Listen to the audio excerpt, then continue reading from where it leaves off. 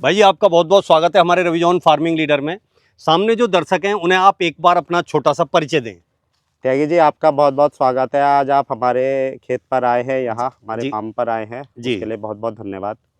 मेरा नाम मुनीश है और हम ये नेपियर की फार्मिंग करते हैं यहाँ पे। तो सर, ये जो नेपियर है, ये जो हरा चारा है, आपने कितनी लैंड में लगाया हुआ है? ये सर हमारे पास में टोटल 45 एकड़ में हमने। 45 एकड़ में? हाँ जी। तो इतना हरा चारा लगाने का या इसे उगाने का और ये नई टेक्नोलॉजी इस्तेमाल करने का जो कारण है वो क्या था? देखिए, ऐसा है, हम 4 साल से नेपियर की खेती कर रहे हैं जी।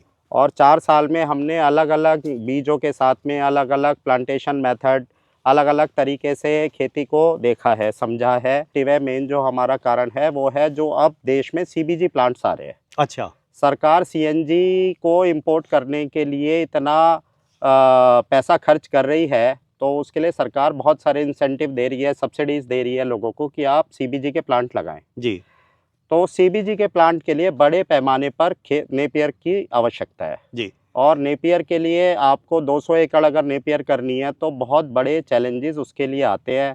बीज का चैलेंज आता है, किस तरीके से लगाई जाए, कौन सी खादें डाली जाएं, प्लानिंग कैसे हो, ड्रिप इरिगेशन, रेन गन्स, उसका फर्टिगेशन कैसे हो। तो जी। ये सब चीज़ें हम लोगों ने की हैं। सर, आप कई सालों से नेपियर कर रहे हैं और इतने बड़े एरिया में कर रहे हैं, तो आपने इसमें नई टेक्नोलॉजी या क्या करना चाहिए, क्या नहीं करना चाहिए, और बहुत सारे किसान भाई हैं अलग अलग तरीके से जो है नेपियर को बोते हैं। कोई पास बोता है, कोई दूर बोता है, कोई जो है सीधे सीधे डंडे के डंडे ही डाल देते हैं, कोई कट करके कहते हैं कि इसे 90 पे खड़ा करो, या ये बहुत सारी टेक्नोलॉजी है। लेकिन आपने इतना कुछ करने और जानने के बाद ये टेक्नोलॉजी क्या है जो आपने डेवलप की है? त्यागी जी, क्या है, नेपियर फार्मिंग भी बाकी सभी खेती की तरह से ही है जी। इसमें जो फसल है वो 10 साल तक चलती है। जी। तो बड़ा ही इसमें इम्पॉर्टेंट है, बड़ा ही महत्वपूर्ण है कि हम खेत की जुताई कितनी अच्छी तरीके से कर सकते हैं। जी। क्योंकि 10 साल तक आपको फसल को लगातार चलाना है, तो बार बार आप जुताई नहीं कर पाएंगे। जी। तो खेत की जुताई बहुत इम्पॉर्टेंट है। उसके अलावा मिट्टी की टेस्टिंग और पानी की टेस्टिंग हम लोग इसके अंदर कराई, हमने देखा कौन से तत्व हमारे पास में कम है, वो हमने बेसल डोज में डाले नेपियर के हिसाब से। नेपियर के हिसाब से, बिल्कुल। करेक्ट।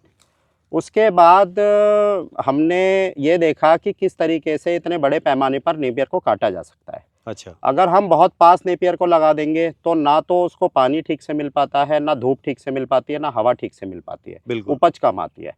तो जैसा आप यहाँ पर देख रहे हैं, हमने एक विशेष मेथड से, विशेष तरीके से इसको लगाया है। ब्राज़ील में ये तरीका पिछले 30 सालों से अपनाया जा रहा है, इसी तरीके से वहाँ पर खेती हो रही है। जी। तो भाई जी, जैसा मैं देख रहा हूँ यहाँ जो है आपने बहुत अच्छी खासी दूरी रखी हुई है और पूरा ऊंचा बेड बनाया हुआ है और ड्रिप भी लगाई हुई है।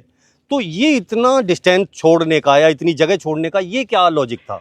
त्यागी जी, जैसे आप देखते हैं कि गन्ने के अंदर जब गन्ना भी बोया जाता है तो अलग अलग दूरी के ऊपर बोया जाता है। बिल्कुल बिल्कुल। उसमें हम यहाँ पर ईज ऑफ फार्मिंग देखते हैं कि हमको क्या ईज है। जी। तो यहाँ पर हमने इसको इस तरीके से लगाया है कि जब इसकी हार्वेस्टिंग हो, इसकी हार्वेस्टिंग हाथ से नहीं हो सकती। जी। अगर आपने बड़े पैमाने पर हार्वेस्ट करना है तो आपको ट्रैक्टर, ऑटोमेशन, हार्वेस्टर सब चीज़ चाहिए। बिल्कुल। अगर हाथ से अगर हम हार्वेस्टिंग करेंगे तो लेबर ही इतनी खर्च हो जाएगी कि हम कभी भी उसको मैनेज ही नहीं कर पाएंगे, इतना कामयाब पैसा नहीं खर्च हो हो सकते। जाएगा। बिल्कुल। तो हमारे यहाँ पर सब कुछ ऑटोमेशन है। आपको 30 टन चारा रोज का अगर काटना है तो उसके लिए सिर्फ 2 ही लोगों की ज़रूरत पड़ती है।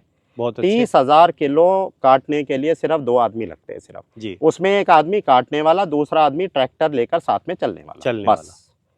अगर नॉर्मल तरीके से आप 30,000 किलो काटेंगे तो शायद 200 आदमी भी कम पड़ेंगे। सर, आज मेरा यहाँ आने का और ये वीडियो बनाने का मकसद ही ये है कि नेपियर को और उसकी बुआई को और उसके सिस्टम को मेरा जो किसान भाई वीडियो देख रहा है वो सही से समझ पाए।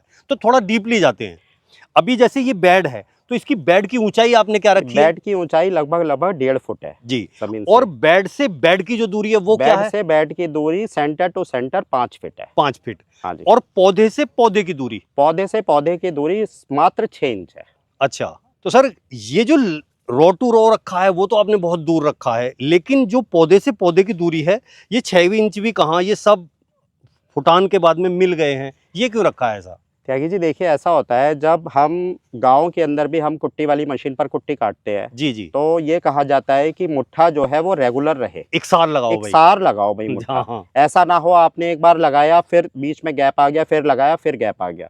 उससे क्या होता है कि मशीन की मेंटेनेंस बढ़ जाती है, उसका गियर बॉक्स टूटने का खतरा रहता है, जी और आपकी जो उत्पादकता है वो भी कम मिलती हाँ, है, मतलब हम कुट्टी कम काट पाएंगे। कुट्टी कम काट बिल्कुल पाएंगे। बिल्कुल। ऐसे ही जो हमारा हार्वेस्टर है, वो हार्वेस्टर जब इसको काटता हुआ चलता है, अब मान लीजिए आपने 2 फुट बाय 2 फुट पर इसको लगा दिया, हार्वेस्टर ने एक पेड़ को काटा, उसके बाद उसके पास 2 फुट काटने को खाली। कुछ भी नहीं है, खाली है। हाँ, फिर अगले पेड़ को काटा, उससे हार्वेस्टर के ऊपर भी प्रॉब्लम है, उससे ट्रैक्टर के ऊपर भी प्रॉब्लम है, और मेंटेनेंस बहुत ज्यादा आती है, और जो है हमारी जो काटने की जो क्षमता है, जो हार्वेस्टिंग करने की क्षमता है, हाँ, वो भी वो जो है भी कम इफेक्ट हो होगी। जाती है, और जो नेपियर की उपलब्धता है पर एकड़ वो भी हमारी कम हो जाती है। जी तो जैसे कुट्टी मशीन को लगातार मेड़ा चाहिए, उसी तरीके से इसको भी लगातार हार्वेस्टर जो है कॉन्टिन्यूस काटता है, बीच में उसको गैप नहीं देना है बिल्कुल भी। इस वजह से ऐसे लगाते हैं इसको। अब अगर भाई साहब बात करें हम खेत की तैयारी की, हाँ जी। तो हमें नेपियर लगाने के लिए तैयारी कैसे करनी चाहिए? क्यों कि बहुत बड़े एरिया में आपने लगाया है, आपको इसके बारे में ए से लेके जेड तक पूरी जानकारी होगी, और एक लंबे टाइम से कर रहे हैं आप। देखिए सर, ऐसा है, नेपियर के साथ जो बड़ा चैलेंज आता है वो आता है बारिश में। जी बारिश में खेतों में पानी भर जाता है, हम काट नहीं पाते नेपियर। तो उसके लिए हम लोग क्या करते हैं, हम लोग पहले सब सॉइलर का इस्तेमाल करते हैं, जो लगभग 2.5 फुट तक खेत में नीचे जमीन के अंदर फाड़ देता है। अच्छा, मतलब जो गहराई जो है नीचे जुताई की वो जो 2.5 फुट कर देता है, जो क्योंकि प्लॉट है, हाँ जी, वो नीचे जमीन में जो प्लॉट है वो प्लॉट को फाड़ देता हाँ जी 2.5 फुट, और उसको हम हर 2-2 फुट के गैप पे बर्फी की तरह से है। एक बार नॉर्थ टू साउथ और एक बार ईस्ट टू वेस्ट जी 2-2 फुट की दूरी पर चलाते हैं। हम्म, उससे क्या होता है कि बारिश के दिनों में जब पानी खेत में आता है तो वो आराम से नीचे धरती में चला जाता है। वो जो है अपने आराम से जो उसके साथ में नीचे लीज हो हाँ, जाएगा, जिससे कि जो मतलब भराव नहीं रहेगा हाँ पानी जी, का। हाँ जी। तो उससे क्या है कि हम आराम से बारिश के अंदर काट पाएंगे अपनी नेपियर को। जी उसके बाद हम एमबी प्लाव चलाते हैं, इसमें पलटू प्लाव चलाते हैं। जब रोटावेटर हम लोग चलाते हैं इसके अंदर, मिट्टी को एकदम भुरभुरी बना लेते हैं। जी उसके बाद हम बेड मेकर से इसके बेड्स बनाते हैं। तो बेड्स बनाते हुए ये ध्यान रखना है कि दूरी जो है वो सेंटर टू सेंटर 5 फीट रहे, जिससे कि ट्रैक्टर और ट्रॉली खेत के बीच में आराम से चल सके। बिल्कुल। जब हम बेड बनाते हैं तो उसके पीछे, बेड मेकर के पीछे एक छोटी पत्ती लगा कर रखते हैं। वो एक लाइन 1.5 इंची 2 इंची गहरी खींचती हुई अच्छा, चली वो जाती बेड है, के ऊपर बीच में गहरी लाइन बीच खींचती में गहरी जाती है। लाइन खींच देती है, जी और ये पूरा का पूरा स्टेम ही उसके अंदर रख दिया जाता है, अच्छा, और उसको मिट्टी से ढक देते हैं। इस तरीके से करने के कई फ़ायदे हैं। एक फ़ायदा तो ये है कि जब हम इसको काटते हैं स्टेम को, तो जो हमारे टूल्स हैं वो टूल्स साफ़ नहीं होते ठीक से, जी तो फंगस आने का बहुत खतरा रहता है। एक एक स्टेम लगाने में लेबर बहुत लगती है। अगर जी आप एक आंख लगाएंगे तो बहुत लेबर लगेगी। बिल्कुल। सीधा एक स्टेम लें, उसमें रख दें और मिट्टी को ढक दें, एक स्टेम लें। तो इस तरीके से 4-5 आदमी ही 15-20 एकड़ तक भी एक दिन के अंदर प्लांटेशन कर सकते हैं। अगर एक एक आंख करके लगाए जाएं तो 4-5 आदमी 1 से 2 एकड़ ही कर पाते हैं, मुश्किल से कर पाएंगे। मुश्किल से कर और पाते हैं। वो जो ड्रिप या इरिगेशन का काम है वो कब से शुरू होता है? ड्रिप तो जब हमने बेड बनाई, बेड बनाने के बाद लगभग 24 घंटे ड्रिप चलाई जाती है, अच्छा, बिना लगाए?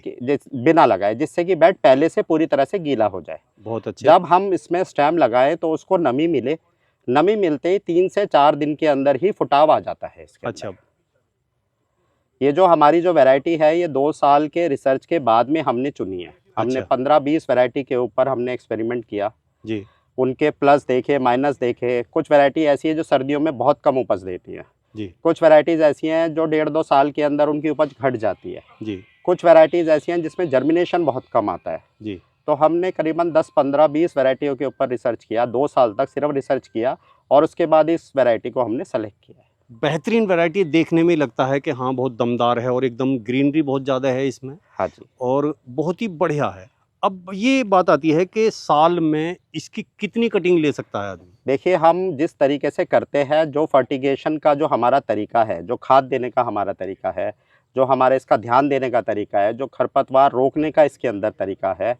खरपतवार भी अपने आप में एक बहुत बड़ी समस्या नेपियर के लिए होती है। जी खरपतवार नाशक का इस्तेमाल किया नहीं जा सकता आम तौर पे, क्योंकि उसका असर नेपियर के ऊपर भी आता है। बिल्कुल। जब हम उसका स्प्रे करते हैं तो नेपियर के ऊपर भी उसका असर आता है। तो इसलिए हमने अब करीबन 10-15 अलग अलग एक्सपेरिमेंट करके इस तरीके का एक कॉम्बिनेशन खोजा है जी। खरपतवार नाशक का, जिसको अगर हम स्प्रे करेंगे तो नेपियर के ऊपर उसका कोई असर नहीं आएगा, सारे खरपतवार मर जाएंगे। बहुत अच्छे। तो भाई साहब अब जैसे लग गया तो उसके बाद हमें किन किन बातों का ध्यान रखना चाहिए, या जो है जो हमारी पहली हार्वेस्टिंग है वो कितने दिन में आ जाती है? देखिए त्यागी जी, हमको ध्यान रखना है कि जो हमारा पौधा है वो अच्छे से बढ़वार हो रही है नहीं हो रही है, जी। उसका ध्यान रखना है। हमें ह्यूमिक एसिड चाहिए जिससे कि उसकी जड़ में हम लोग अच्छे से जड़ों का विकास हो। सबसे मेन काम जड़ों का विकास करना है। बिल्कुल। बेड पे जो लगाया गया है वो इसलिए लगाया गया है कि जड़ों का विकास अच्छी तरीके से हो। जी। लगाने के लगभग 75 दिन बाद हम पहली कटिंग इसमें ले सकते हैं।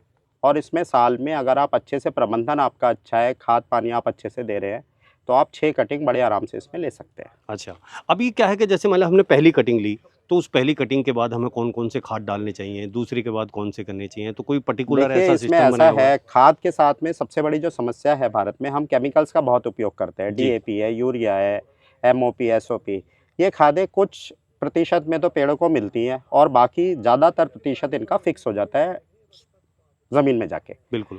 तो अगर आपको फसल 10 साल तक चलानी है, तो आप दोबारा तो जुताई कर नहीं सकते नहीं, उसमें। नहीं। तो आपको इसमें खाद प्रबंधन का विशेष ध्यान रखना है। कम से कम केमिकल, ज़्यादा से ज़्यादा बायो फर्टिलाइज़र हमें इसमें इस्तेमाल करने हैं। जी। तो हम यहाँ पर जो इस्तेमाल करते हैं वो बायो एंजाइम्स इस्तेमाल करते हैं, बेलपत्र से बने हुए बायो एंजाइम, आंवले से बने हुए बायो एंजाइम, फिर बैक्टीरियाज़ कई तरीके के इस्तेमाल करते हैं और बहुत सारी तरीके की चीज़ें हैं बायो के अंदर। अब भारत ने इतनी प्रगति कर ली है कि बायो में एक से एक अच्छी चीज़ है, वो हम इस्तेमाल करते हैं। तो अभी जैसे कि देखने के बाद में ये वीडियो हर आदमी ये सोचता है कि भाई मैं भी अपने पशुओं के लिए लगा लूँ, या जैसे अभी बहुत ज़्यादा सरकार का जोर है ये बायो सीएनजी बनाने का, तो वो अगर कोई लगाना चाहे या इसके बारे में जानकारी लेना चाहे, तो वो क्या आप उनकी हेल्प करेंगे? त्यागी जी, हम पूरी तरह से हेल्प करेंगे। किसी को बीज चाहिए, हमारे पास बीज भी उपलब्ध है। किसी जी। को किसी भी तरीके की जानकारी चाहिए, कोई हेल्प चाहिए, देखिए, हमसे समझिए।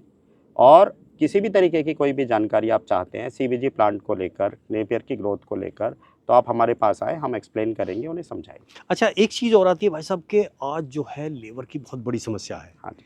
और उस समस्या के चलते हुए आप मशीनीकरण को या लेबर के काम को किस श्रेणी में रख के देखना चाहते हैं? देखिए त्यागी जी, ऐसा है, आप सीबीजी प्लांट ओनर की तरह से अगर हम बात करें तो उनको समझिए 200 एकड़ के अंदर नेपियर को लगाना है जी। और उनको 100 टन नेपियर रोज का चाहिए। जी। तो अगर लेबर आधारित अगर 100 टन नेपियर हम काटने की कोशिश करेंगे तो ये इम्पॉसिबल है।